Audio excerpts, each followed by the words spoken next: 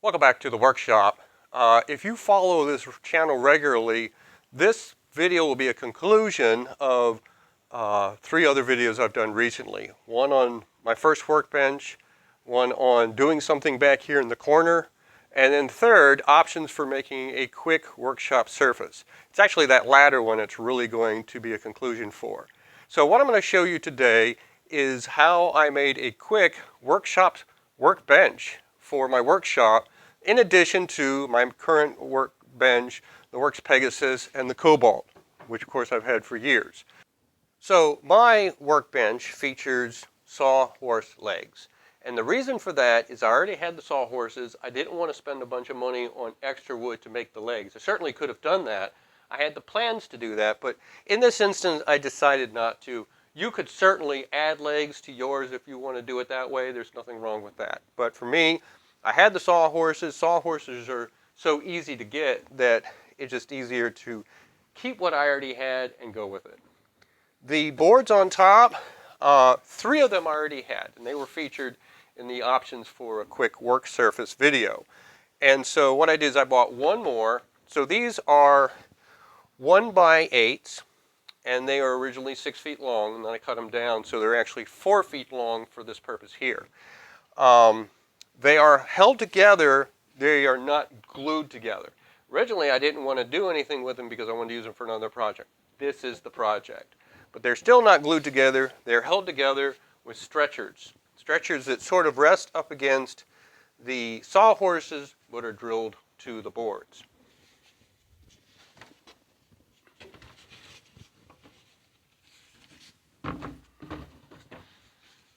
So the stretchers hold all four of the boards together. There are two of them. This is just one 1x4x6 that's, or 1x4x4 feet that's been cut in two. And then I drilled holes into it. If you saw a video of me using a Miller's Fall egg beater to drill holes in wood, it was this project. Putting the holes into here and then driving these number 8 wood screws into the boards. Not so much that they go out on the other side, just enough that they hold together. I used 1.5 inch wood screws for that.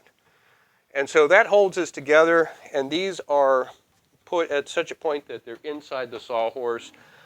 Certainly you can do things where you can make them so they'll fit into these grooves in the Sawhorses.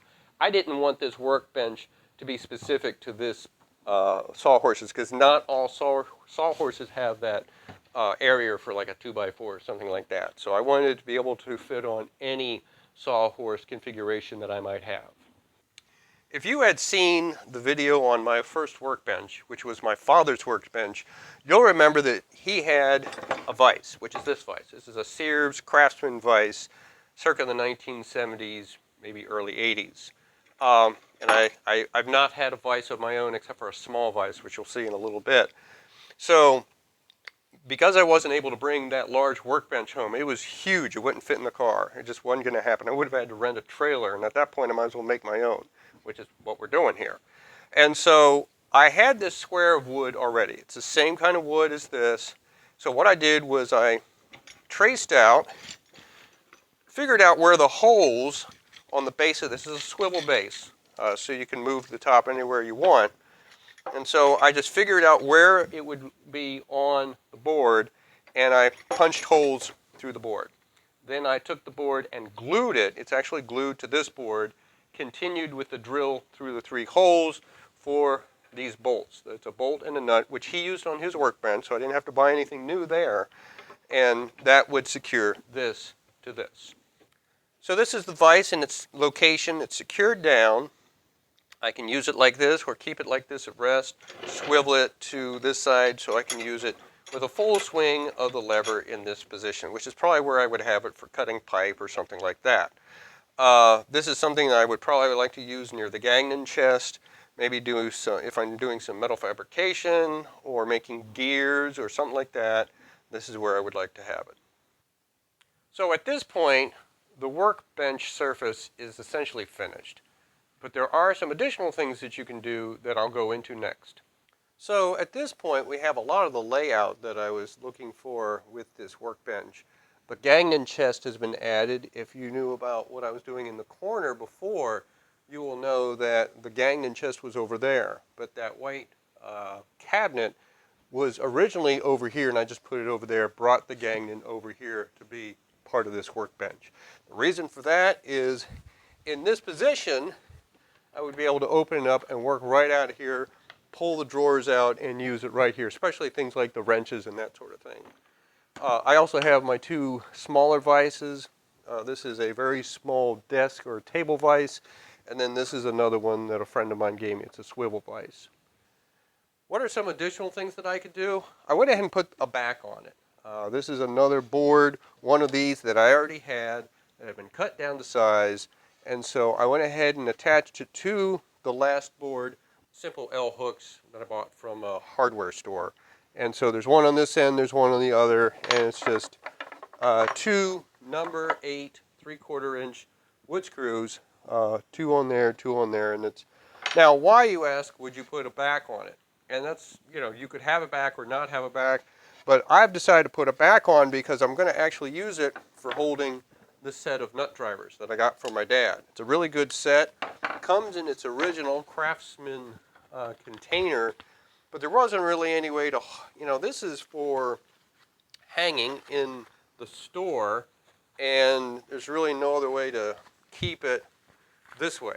And it's old plastic, so I might as well transfer that and make a holder for this. So that's what I've started doing. This is a piece of wood from a piece just like this that I bought when I bought this extra piece. And so I'm going to cut this down, and it'll be for putting these, and it'll be against this back part of the workbench. For drilling the holes, I'm using a brace and an awl bit because some of the holes on this rack are larger than standard drill bits. Also, because this is pine wood, I have to be very careful in how I do the drilling, and so you notice that I'm using the ratcheting function in order to very carefully make my turn. And I have to be very careful because, as you know, pine will crack so easily. If I just went in there hard and heavy with the drill, it could split it, break it, and the holes are kind of close to each other, and they could crack into each other. So doing it the way I did it this way, I had no damage, and I was able to get a good final result. It's best to approach these type of things from both sides, so you don't have blowout on one side, only approaching it from one end. And so I'm turning it over to start it from the other side. It may appear that my drill is not correctly at a 90-degree angle, but I think the camera is skewered because you notice it is actually parallel to the clamp and to the Dutch chest behind it. So I think it's just the camera's a little off.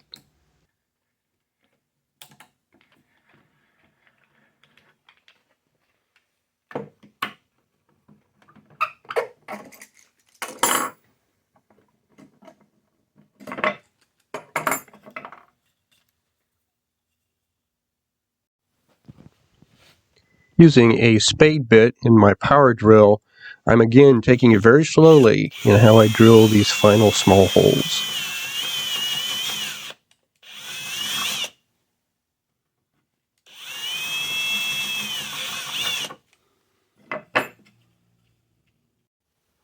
So after drilling all the holes, I cut and sanded down the sides to make them a little more circular and round, and fit it into place with 2 1.5" number 8 wood screws. And so now it's ready to go for any nut driving needs that I might have.